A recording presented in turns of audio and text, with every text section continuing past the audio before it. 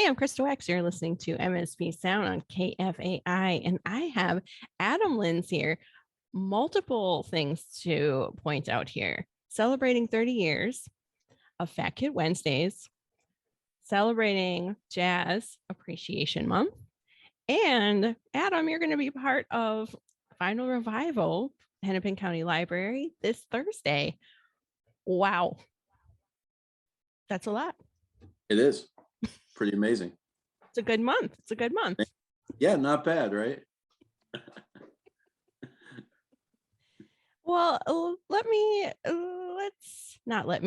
about let's start. You're going to be part of Vinyl Revival this Thursday, April 21st. It's going to be a virtual event, right? Yeah, we're not quite in person yet. Which is all right. I like attending them virtually too. That's very nice. Oh, good, for sure. Accessible. So tell me about going down to the vinyl. I'm going to call it the vinyl vault. I'm going to call it the vault, the library vault. I want to hear, is there a trap door? There is. You go into this like staff only area, right, at the new library, which is an awesome library, by the way. And the funny thing is I played the opening of it when it opened. But we had a nice jazz trio down there when everybody was kind of cutting the ribbon and opening that building. So kind of ironic that we're full circle back there. And you go in and it's exactly what you think it is. It's almost like you're in Silence of the Lambs and you're in some FBI, CIA like back room of archives, and the things, that has the walls that move so that the records are on these shelves, but they, it's those moving ones, and you have to like not stand in the way and not get crushed. But it's cool. It's cool that they have it and that it exists even. It was a nice little collection. They did a really good job of curating it, and I know all the guys down there that kind of are in charge of putting that stuff together, as far as like, here's the jazz records, here's the pop records, here's the classical records. And they're really just working from donations at this point. So it's not like they have a budget to buy new vinyl. So what they have down there, I was pretty impressed actually. And in fact, going through it and picking the list that I picked, we found some pretty expensive records that the guys didn't know were that expensive. There was one in particular where I'm like, yeah, this is like a $500 record that's incredibly difficult to find and is really cool. So yeah, it was really fun. So yeah, you just go in there and I'm just cruising the stacks, as we used to say back in the day, and came up with about 30 records that I felt kind of embodied their collection. And I tried to pick some things that weren't so basic, I guess. When we think about jazz and the history of it, some of the people that come to mind that are very, pillars of how it all happened: Charlie Parker, Thelonious Monk, Dizzy Gillespie, Duke Ellington, Fats Waller, Lester Young, all the different genres of how jazz has changed, Miles Davis, so they had already pulled some of the stuff for Jazz Month on the floor. And that was all the stuff that I thought they should pull, like Pharoah Sanders and Coltrane and Monk and Bill Evans. And then I kind of pulled some more stuff that kind of related more to like what I'm into. I am a jazz musician, but also more of what people would call the adventurous side of being a jazz musician, whether it's free improv or harmonics or dealing with people like Ornette Coleman or Cecil Taylor. And they had a good variety of modern stuff happening too in their collection. So if I didn't have a turntable and I wanted to go listen to vinyl, it's just a great little spot to go pull 3 or 4 things and burn a couple hours of listening. So yeah. Wow. Oh, very cool. That's very overwhelming. That sounds like a lot of records to go through. Obviously we're going to talk about jazz, or you'll be talking about jazz on Thursday and Vinyl Revival, but was there anything in particular? I know you mentioned, You found a very rare vinyl there worth over $500. That's impressive. But what Yeah. were you really looking for when you went down there? Kind of. Well, I'd never seen the collection, so I just, and I work in a record store too. I work at Barely Brothers Records, and I've worked in vinyl my whole life. I used to work at the Fetus when I was a lot younger, and when I lived in New York, I would obviously, and lived in New Jersey, I would cruise a lot of places, a lot of record stores, and I was a DJ for a long time. I DJ'd IDM music for a long time, but I would say even from the time I was a teenager, um, bought jazz vinyl, and even when CDs came in, still collected and would talk to people and know a lot of the collectors in town here. Um, yeah, so it was interesting just to see what people have donated and what kind of comes up in their collection. Um, and there were a lot of really nice things, like the expensive record was by this guy named Bayard Lancaster, who was a bass clarinet player and a saxophone player and a flute player. But the interesting thing about that record is that one of our a drummer that lived in Minneapolis for a long time named Eric Gravatt, who was one of the original members of the band Weather Report, which is kind of a bigger group that a lot of like, if you play jazz, you know who Weather Report is. If you are into jazz, Weather Report was one of the first fusion groups that came around in the late 60s, early 70s, kind of taking what Miles did after Bitches Brew, this kind of electrified jazz in a way, this kind of like melding of like jam band and jazz and electronics and new technologies. So he's on that record, and he lived here for a long time, and I was fortunate enough to play with him several times. But also, like, somebody like Sonny Chirac plays guitar on that record, and Sonny Chirac was a great um, avant-garde jazz guitar player who really brought like a rock sensibility back to jazz in the 70s and in the 80s, and was somebody that I was, if you played, like, I came to jazz kind of through the back door of rock and hip hop. I started out more as like an electric bass player before I played the upright bass. And I was lucky that I was playing in rock bands and playing. I had my own little hip hop group in high school back when not a lot of people did. I know that's kind of a common thing now, but back in 1991, 92, that was, a big investment. There was a lot of gear to buy and a lot of effort to put into it. But I was lucky in the fact that my uncle is an upright jazz bass player that lives in New York. So I would go visit him in the summertime just to get out of here and go to New York for a couple of weeks in the summer. And I would always see his vinyl collection. He had this big wall of vinyl. And I just, he would go off and leave me at his apartment all day. And he'd come home after like 6 or 7 hours. And he's like, "Did you go outside?" And I'm like, "No, I just sat here and listened to all these records. And I'm trying to figure out this pathway," because that's the great thing about like somebody's jazz collection, is it kind of pushes you through the history of the music and how things change. Jazz kind of changes every 5 to 10 years, or did during, let's say, the 1930s all the way up until now. So we have every type of popular genre that creeps up, whether it's electronic music or um or new instruments or whatever. They always kind of creep into jazz a little bit. So yeah, their collection down there is really vast and really good. And hopefully the things that I picked, people will want to listen to and say, "Wow, that's really different than this other thing that he picked."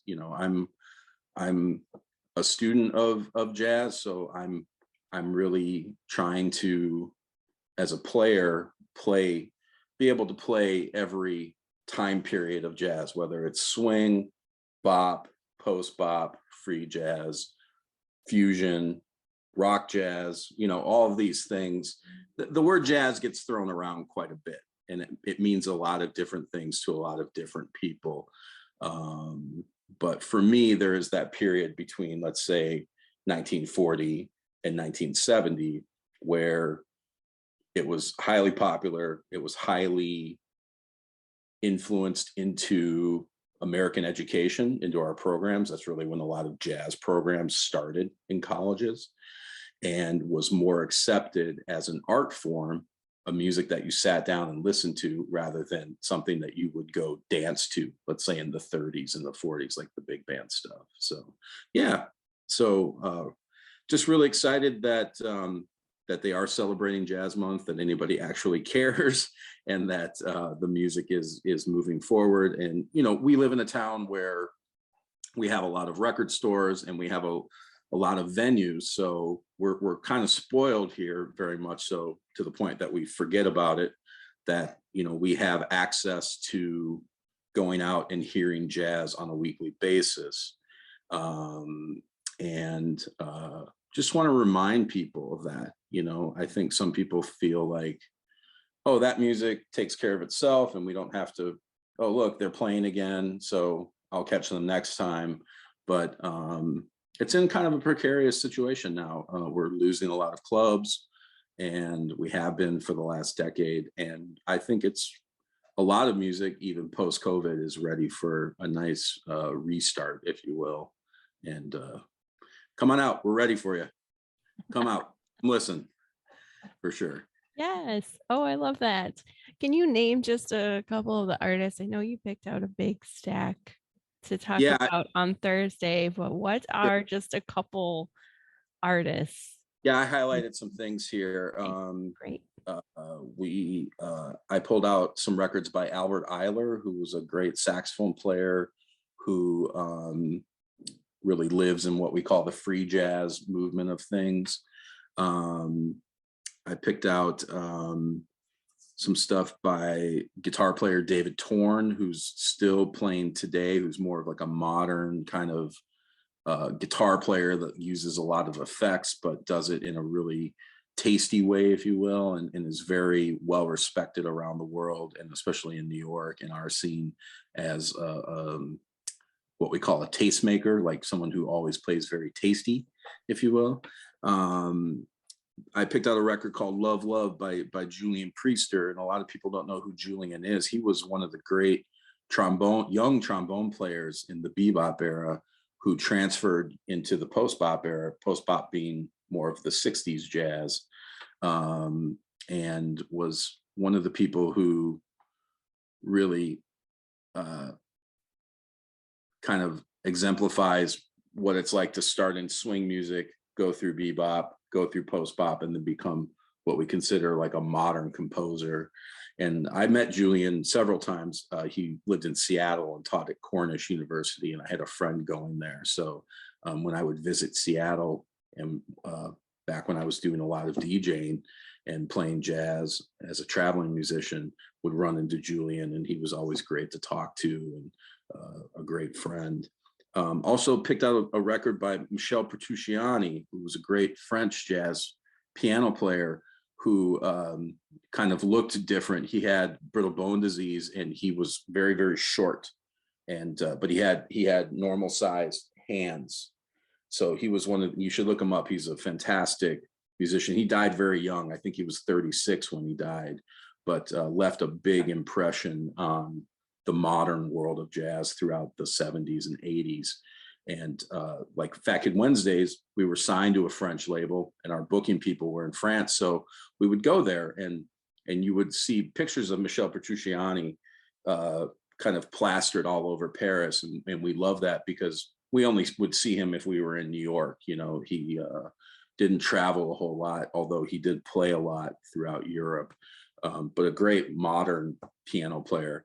And then some of the other things, picked out a record by Shirley Scott, one of the great female jazz artists, who was an organ player, not a vocalist. A lot of female jazz, we think of vocalists, Anita O'Day or Billie Holiday or Ella Fitzgerald or all that stuff, but she was a smoking organ player. And she was married to the great saxophone player Stanley Turrentine for a long time, so they had a little relationship.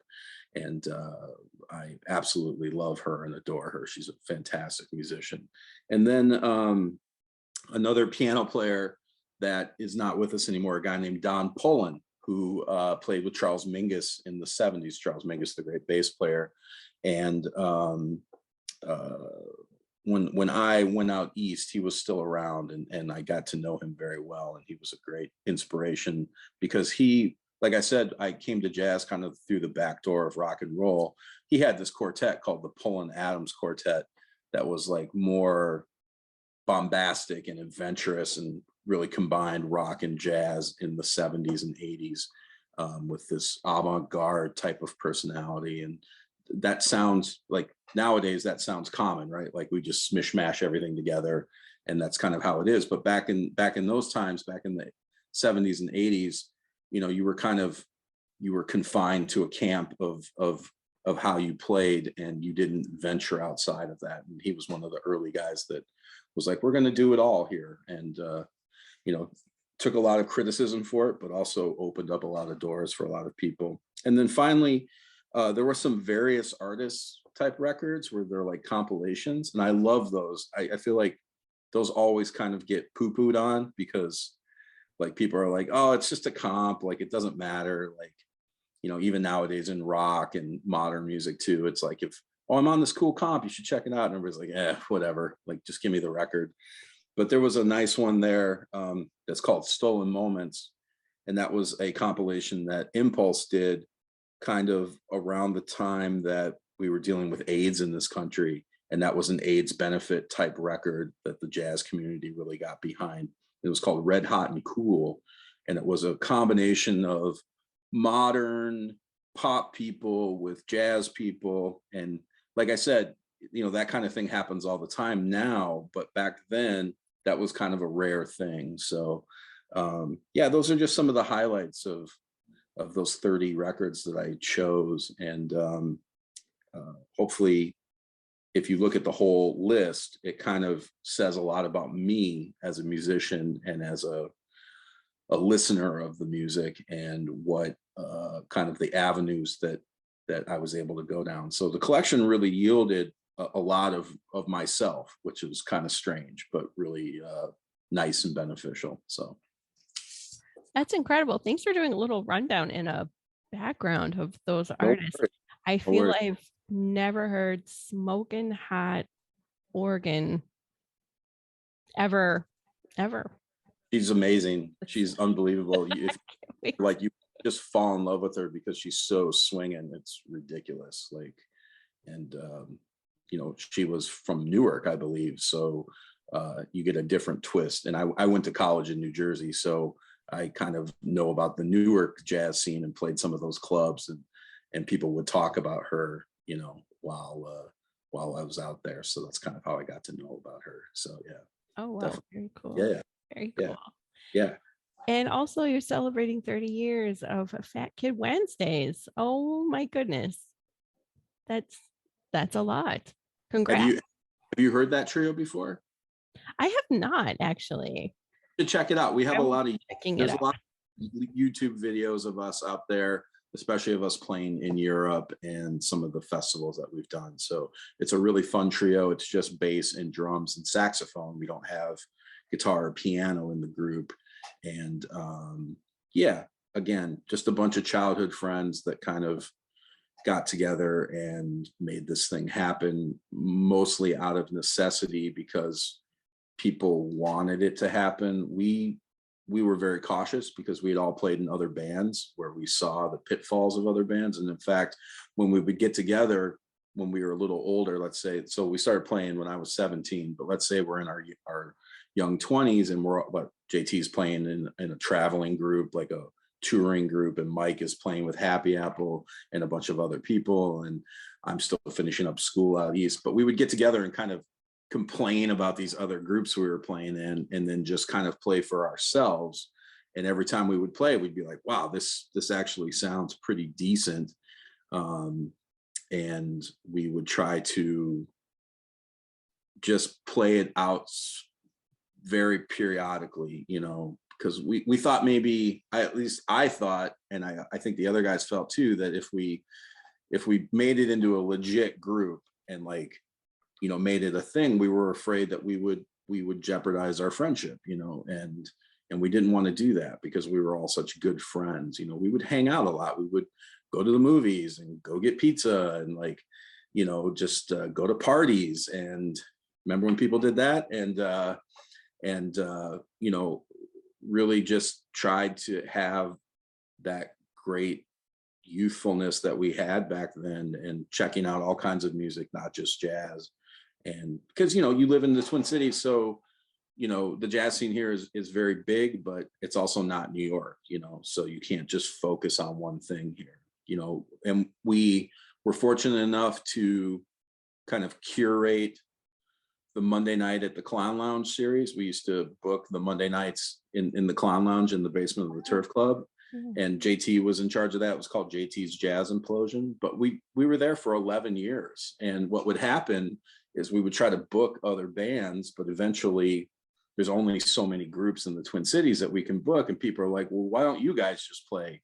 And we didn't want to do that because, you know, he's booking it, and, you know, that would look bad, right? Like, oh, you're booking yourself and your trio, you know, great, you know. But we just started playing down there more, and kind of towards the middle of it kind of became like the house group for those Monday night sessions, and they were very successful. You know, that room was packed, and the great thing about that back then was, like, it wasn't just jazz musicians that would come down. It would be parts of the hip hop community, parts of the rock community, parts of the country community.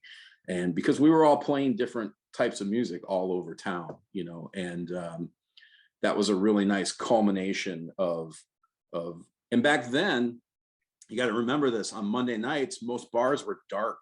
There was nothing going on Monday nights. So like service people, industry people, you know, if you're out on a Monday night, there was really no place to go. And then kind of the word got out, like, oh, there's these guys playing in the old speakeasy of the Turf Club downstairs on this Monday night jazz series. And I think, you know, for the first couple of years we did it, it was free until somebody kept stealing the tip jar of money on the bar. So then we started charging like a $3 cover, just something easy that everybody could afford. And it, you know, it really helped us shape ourselves as a group, and helped us give us a weekly gig where we could keep our chops up and, you know, keep it together. So really opened up a bunch of doors for a lot of people that played there, and for a community to come together and have a place once a week where, you know, you could hear some jazz and hang out and be in a room with a bunch of musicians that weren't from your, you know, tribe, if you will, you know, that were different. And it was really fun. So Wow. lots Congratulations. lots of stuff going on. Yes. Oh my gosh. 30 years. Jazz Appreciation Month. You're part of Vinyl Revival on Thursday, April 21st, 7:00. That's exciting. Yeah, it is. Adam, thank you so much for joining me today. There's no worries. Thanks for having me. Absolutely. And can't wait to tune in and learn a lot more about jazz. I feel like I already, like, a good 101 session right here. Good. The pre-class. I don't know. Yeah, it's all good. The pre Yeah. the movie. Exactly. Well, thank you. And make sure and tune in to Vinyl Revival Thursday.